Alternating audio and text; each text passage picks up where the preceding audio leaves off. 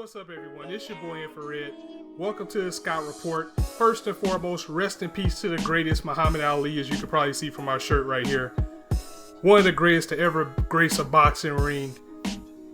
And just wanted to take a little bit of time just to say rest in peace for that. Without further ado, though, welcome to the Scout Reports. Today I bring you an anime review of Kiznaiver, Episode 9.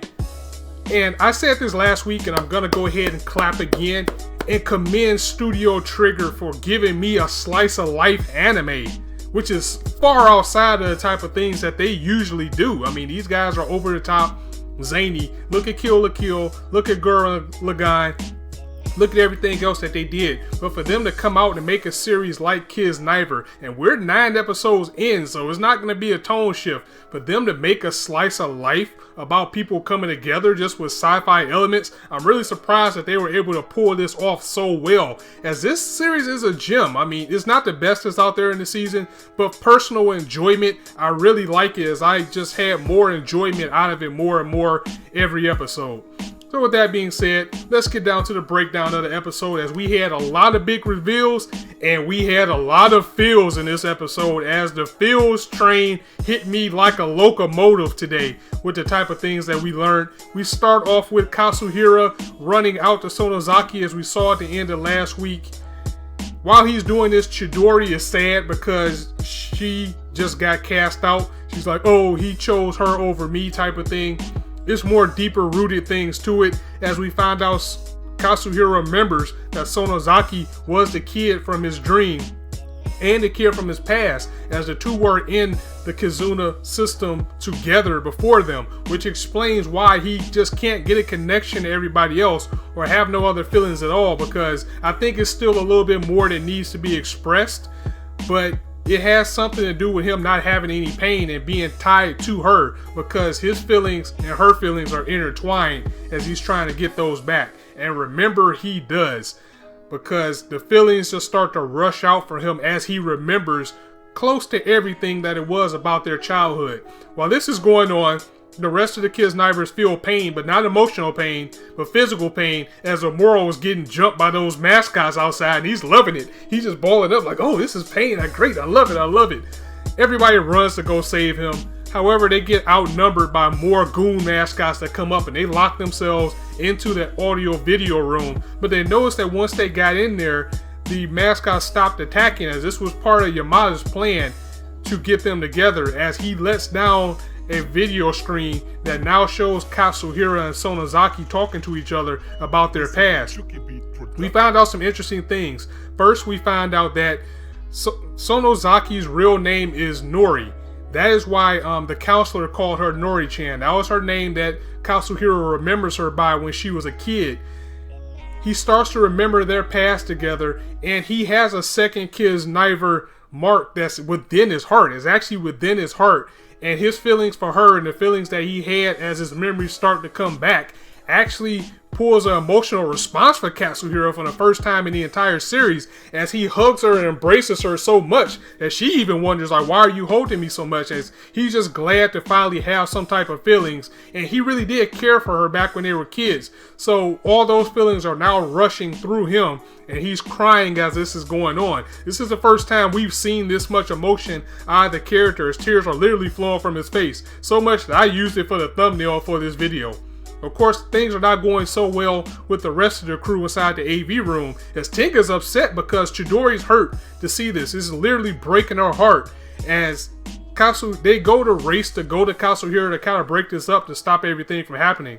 So Tenga runs off. Everybody goes to chase after him. However, Nico stays behind, because we learned last episode that she has a thing for Tenga. So him being upset is hurting her, because Tenga likes Chidori.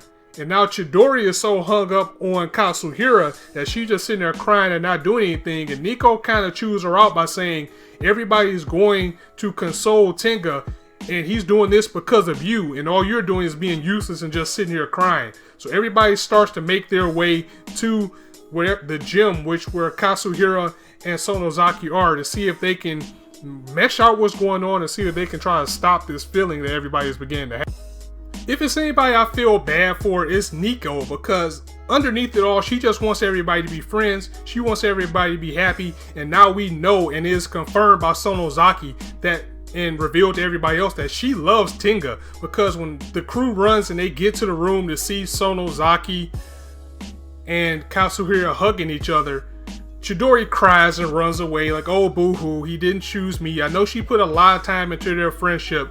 Maybe they will take the time to have him explain to her the connection that he has to Sonozaki, which she'll probably understand, I hope. I just hope she doesn't end up pouting about it the entire time. But Nico is just bawling her eyes out crying right now because she loves Tenga and he didn't know it. And Sonozaki reveals it, and this is a shock to everybody else.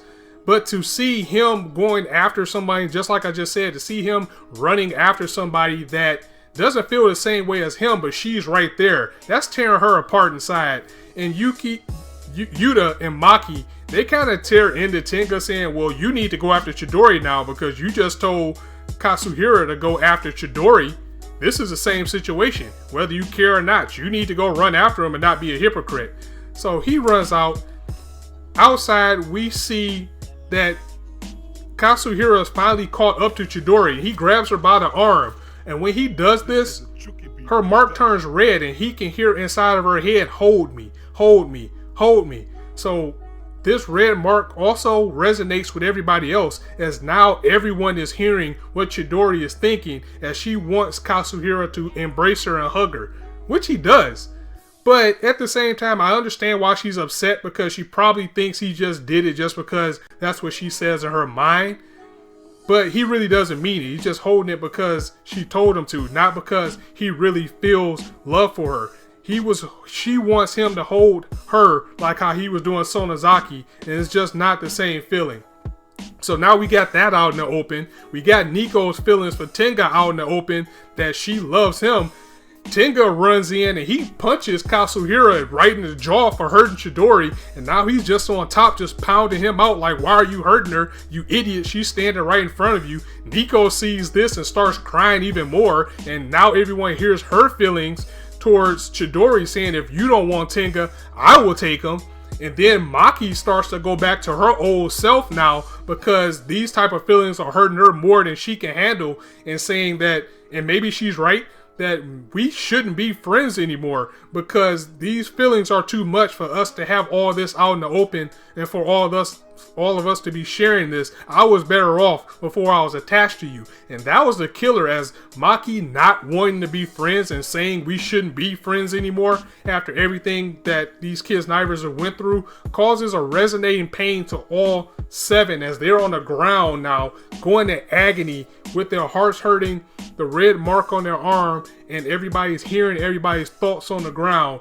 And I don't know, maybe it was just me, but it seems like when everybody dropped to the ground, it looks like it made the Kiznaiver symbol out of the way their bodies were laying. So if that's indeed the case, shouts out to Studio Trigger for doing that once again. The episode starts to wind down here as Sonozaki and the counselor arrive to say that after the rain stopped, because it was still raining because they were in that storm, she says that they have successfully cleared the mission and that they survived summer vacation, as the Kizuna system is only a temporary system, and now they're free to go if they want, leaving everybody contemplating what to do next and contemplating their feelings about themselves and each other as the episode ends. So that was it. That was the episode in a nutshell. Again, it was a very solid episode. I really did like it, and the feels almost got me cracking my voice so much. You can probably hear it a little bit. That is hot as I don't know what today. So that's wearing down on me too. And on that note, I'm going to go ahead and end the episode, or this review here. Holler at me in the comments. Let me know what you thought of this episode. What are you expecting for the rest of the time to come? You know what? This is ending too clean. I mean, this Studio Trigger, so I'm still expecting something outlandish. I'm still holding on to the fact that maybe this was used for military purposes, but we'll just have to see where that goes, as we got 3 episodes left. If you guys liked the video, go ahead and drop it a like. And if you want to hear more, go ahead and hit that subscribe button, as I bring you content almost every day right now. And be on the lookout. In a few days, I will be bringing what I'm reviewing for summer 2016 in a few days, because now we have confirmed dates on some of the series, or at least enough for me to go through that video. Also, be sure to join me tomorrow as I live react to Boku no Hero Academia, and I bring you a review of ReZero. And with that being said, As I always say, you guys can be anywhere on YouTube right now, but you chose to listen to me, and I really appreciate that. So thanks for stopping by. On that note, it's your boy Infrar-Ed signing out. See you soon.